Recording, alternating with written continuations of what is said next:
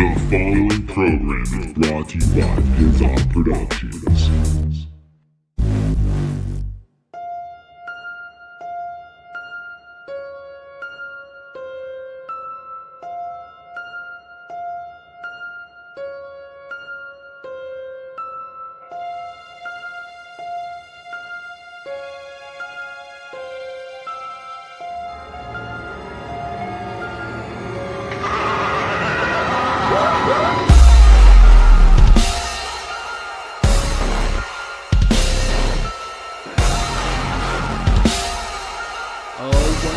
Everybody, welcome to an all-new episode of the Totally Necessary Wrestling Podcast. I'm your fucking host, Kevin Porter. What's up, guys? What's up? Dude, we are here to cover the Ring of Honor 17th anniversary card that took place Friday evening. Now, first off, guys, I apologize. We are a little late posting this episode, I should say.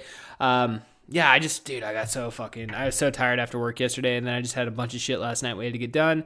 I had a bunch of shit I had to get done this afternoon, being at the weekend and whatnot, so I just got finished watching the whole entire card, dude. And what a fucking card it was, man. Like, I was really impressed, with this card. The final battle show back in, I believe, December or so. I thought it was a fun show, and even with the last Las Vegas show, I still thought it was a fun show. This one right here, dude, had some pretty badass fucking wrestling, dude. I mean, we had a 60-minute fucking draw for the Ring of Honor Championship, dude. So we kicked the night off with Marty Scurll taking on Kenny King in a singles match here. Now, the whole storyline is that Marty Scurll is going on to challenge the winner of the Jay Lethal Matt Taven match at Madison Square Garden here for the Ring of Honor New Japan G1 Super Show that's taking place here, WrestleMania weekend, which we definitely will have a review on that one, dude. That's going to be such a fun show, dude. Seeing that shit from Madison Square Garden, I really am looking forward to that show here in a couple weeks. But this match, this was a typical opener. I don't think this match really needed to be anything really too special. I mean, you don't want to set the bar too high. Which shit, dude, by the end of this fucking night, by the end of this pay-per-view, dude, this was such a great show, dude. So many good matches on here. But the match went 12 minutes and 45 seconds. This kind of settled it settled the feud between Kenny King and Marty Scurll, which did show the opening package for this, that Kenny King had gotten a couple of roll-up wins on Marty Scurll over the last couple of months, which I do remember seeing those on Ring of Honor TV when I was watching it on a consistent basis. But yeah, dude, good to see Marty Scurll get the win. Kenny King, man, king of the fucking opening, dude. It seems like every pay-per-view they have, he's always opening it. So we'll see if he's even on the card come Madison Square Garden there. Our second match of the evening, we saw Jeff Cobb take on Shane Taylor. He was defending his Ring of Honor World Television Championship match. This is as Jim Ross would say, it's a battle of two hosses or whatever, man. This was a fucking good match here, dude. Jeff Cobb is is so fucking talented. And, going into this match, I'm not that big of a fan of Shane Taylor, but dude, he fucking brought it, dude. Everybody on this pay-per-view fucking brought it. So dude, some really, really innovative, big man spots between Jeff Cobb and Shane Taylor. Ultimately, Jeff Cobb did pick up the win and did retain the Ring of Honor World Television Championship. It was later announced in the evening that Jeff Cobb has challenged Will Ospreay for a title versus title match at the Madison Square Garden show here in a couple weeks. So it will be the Ring of Honor World Television Championship against Will Ospreay's open weight, I think never open weight championship. I think that's the name of the title he holds. It's the one he beat Ibushi for at Wrestle Kingdom back in January. But it's going to be title versus title, dude. So it's definitely going to be a fucking interesting match. I think that match may steal the fucking show at Madison Square Garden come WrestleMania weekend. Jeff Cobb versus fucking Will Ospreay. One of my friends on Facebook was just like, fucking all my money right there. It's just like, fucking Will Ospreay is so fucking good. Jeff Cobb is so fucking good. And dude, fucking mad respect to Shane Taylor, dude. You fucking brought it tonight. I'm a fan. Shane Taylor, won me the fuck over, dude. I'm a fucking fan of man. He's a big fucking dude. I like matches like that. I like big fucking big dudes just railing each other, just fucking beating the shit out of each other. It's fucking amazing. So the third match of the evening, we did see a singles match for the Women of Honor World Championship. Mayu Iowata. Oh, God damn it. I'm sorry. I take that back. I don't mean to use the Lord's name in vain. I apologize. Mayu Iwatani taking on Kelly Klein. This was for the Women of Honor. So Kelly Klein had lost the championship. We remember she won it back at Final Battle in December in that Fatal 4-Way, defeating all the comers, all the participants in that Fatal 4-Way match back in December. So we saw a pretty good match here, dude. This from the highlights of the video.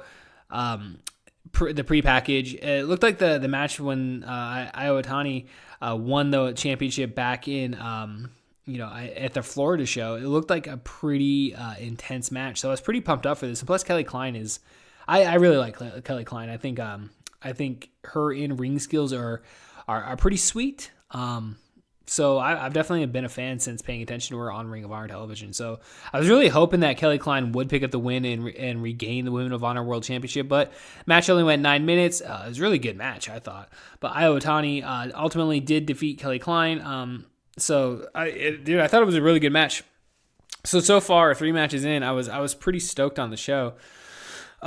So we come up to the 4th match here. Now, this was supposed to be Lifeblood taking on the Kingdom, but Matt Taven decided to interrupt before the introduction of the Kingdom and Lifeblood, and basically called out Jay Lethal and was like, "Hey, because in the pre-package, pre-package setting up the tag match, we saw Jay Lethal and Jay Lethal smash the shit out of Matt Taven's fake Ring of Honor championship."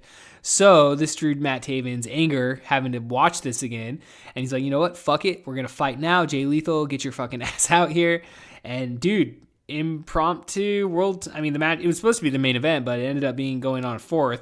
But we saw Jay Lethal and Matt Taven go to a 60-minute draw, which I didn't even realize the match. I knew, I was like, oh, this is like 40 minutes, maybe 45 minutes. By the end, they were like called the draw. I was like, shit, that went 60 minutes? Like, damn, dude, Jay Lethal and Matt Taven, dude, fucking brought it for this pay-per-view tonight, dude, or on Friday, I should say. Dude, such an amazing match. So many fun spots, dude. Like, if there's 2 matches I would recommend.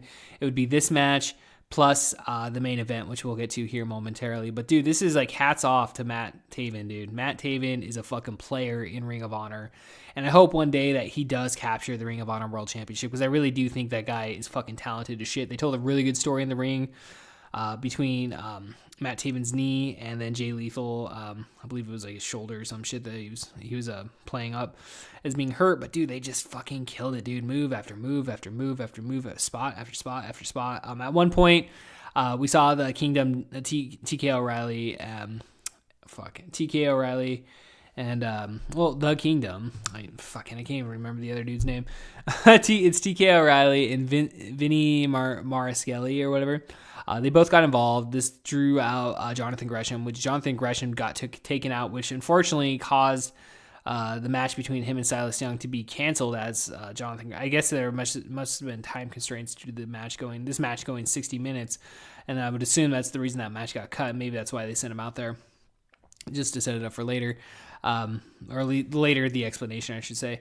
Jay Lethal and Matt Taven, fucking, yeah, dude, we got all these guys involved, and Lifeblood shows up, the 2 dudes from Lifeblood, and basically run out the rest of the Kingdom members, and then Jay Lethal and Matt Taven just tore it down, dude. Fucking, I don't want to say match of the night, but man, dude, what a fucking match, dude. 60-minute draw, dude. You don't see that every day in professional wrestling anymore, so I know you used to see it back in the day, but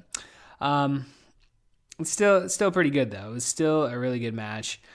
We did see the next match. Well, the next segment, they introduced Megaran as I want to say he was like the special guest host for the show, but I don't think he was really a guest host or anything. But they had him come out. Him and his boy came out and they rapped the song that they'd written for the road to the garden or whatever, which is a catchy song. I actually met Megaran back in the day. He played here in Yakima about 2 years ago, and me and my buddy Ray went, and we straight up fucking Mega Ran's a badass dude. I'd always heard of him through like, cause I listened to nerdcore rap. I listened to like MC Lars and fucking MC Chris, so that's how I was introduced to Mega Ran, and then straight up met him in life and stuff, and really cool dude. So I know he's a wrestling fan. I know he's got a wrestling podcast, the Matt Mania podcast. Free plug, Mega Ran. Dude, I totally advise you guys check it out. I subscribe to it and listen to it, so Mega Ran's the shit. But this ultimately drew out Bully Ray, and he kind of got physical with both Mega Ran and his boy, and basically kicked him out of the ring. Then Bully Ray cut a promo basically laying out an open challenge for Madison Square Garden. I'm not going to speculate on anything. I honestly have no idea. I haven't read dirt sheets or anything today. I don't know what the leading speculation is for the open challenge, but at the very end he said he said Punk. I don't know if CM Punk's coming back to wrestling and he's gonna show up at Madison Square Garden, but wouldn't that be fucking cool if CM Punk showed up at the Garden and beat the shit out of Bully Ray, and then he's like with Ring of Honor? Like, what? Shot in the fucking arm right there, guys. Shot in the fucking arm. So the next match was Roosh taking on Bandito. This is a pretty good match, dude. The match went 15 minutes. Roosh ultimately does defeat Bandito. Dude, just these guys are fucking badass, man. Both Roosh and Bandito fucking brought it, dude. Every single person on this show fucking brought it, dude. Definitely I would recommend going out of your way. This match, Jay Lethal and Matt Taven, and the main event, dude, are all matches you can go out of your way to fucking check out. But ultimately, Roosh was playing up the heel in this scenario, and Bandito takes his first pinfall loss here in Ring of Honor. But Roosh then was challenged by Dalton Castle, who was on commentary for this match. Dalton Castle basically admits on there, I haven't lived up to my standards as a professional wrestler, and yeah, I need to get my shit together. And he's been hurt, so I mean, it's understandable the fact that he hasn't been competing at such a high level. We understand that he's had a fucking significant back injury.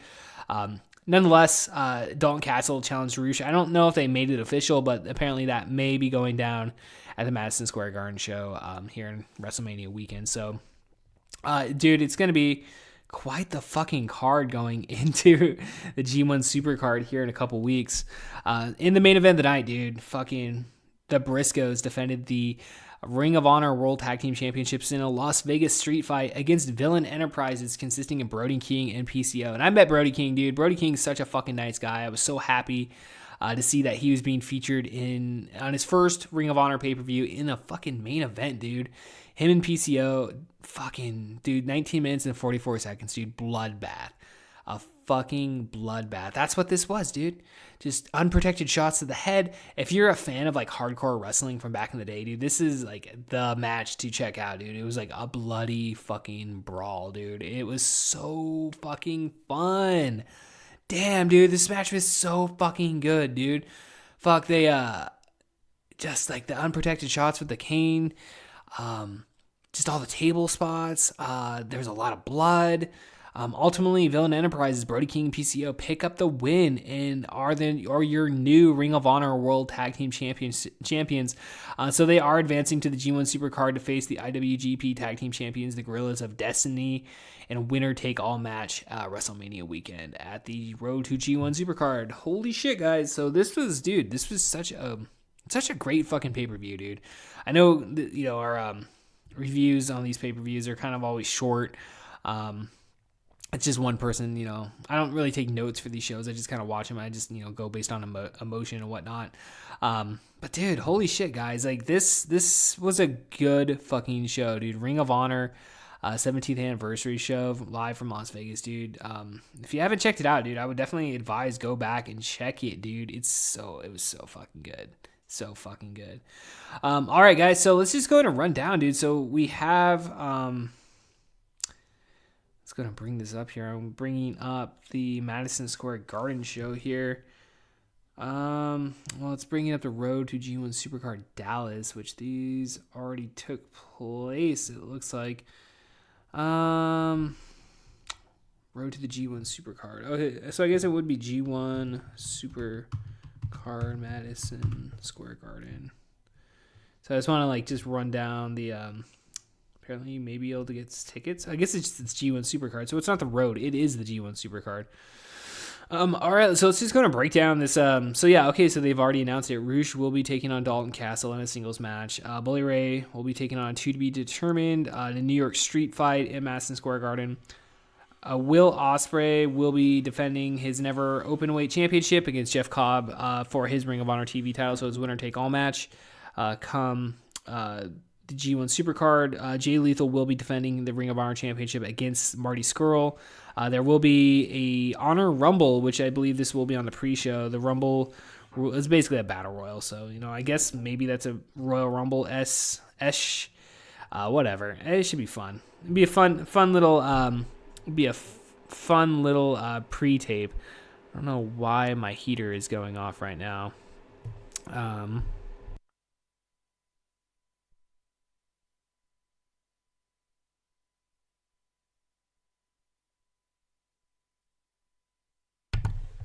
Don't you love shit like that, dude? It's stupid. I know people are outside my office right now and they're building stuff. So we got chickens, guys. We're making a chicken coop. So it's kind of crazy. We'll see Taiji Ishimori taking on Dragon Lee versus Bandito in a 3-way match for the IWGP Junior Heavyweight Championship. That match should be really good. And then also in a winner-take-all tag team match for the IWGP Tag Team Championships and the Ring of Honor World Tag Team Championships. As previously mentioned, we will see the Guerrillas of Destiny, Tama Tonga, and Tonga Loa defending or taking on Villain Enterprises, Brody King, and PCO. So kind of sad for the Briscoes, considering they've been with Ring of Honor since day one, basically. At least at this moment, aren't on the actual card. So, that sucks. But at the same time, I like PCO and I like Brody King, so I'm looking forward to that match. And then I don't know what's going to main event the show. It's kind of interesting. It will be interesting to see what does.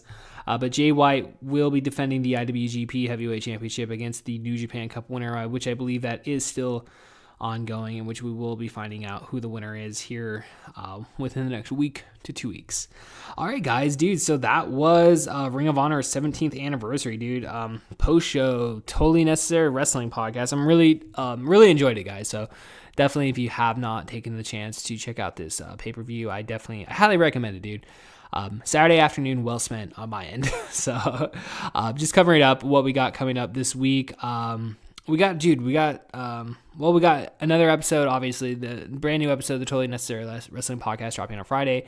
And on Thursday, dude, we have a brand new episode of the podcast that no one listens to. Eric Westfall is going to be making his debut on our podcast. We haven't recorded yet, but we're recording early this week, so we'll be dropping that on Thursday. So I'm really looking forward to that. I really think that will be a fun podcast. Eric's a pretty cool dude. He does stand-up comedy here in Yakima. He's part of the Jokers of Yakima. So they've got a couple shows coming up this week. So if you're in Yakima, I believe their Game and Grog show is this coming Wednesday, which obviously we're not going to meet the deadline with the posting of the show normally taking place on a fucking Thursday. But they also have a couple other shows coming up this week. So pretty fucking busy week for those guys. So congratulations to them for, fucking A, guys, fucking doing it, dude. I'm happy to see that. But Eric Westfall will be on the podcast this week. Outside of that, dude, much love to all of you. And we'll see you guys on Thursday.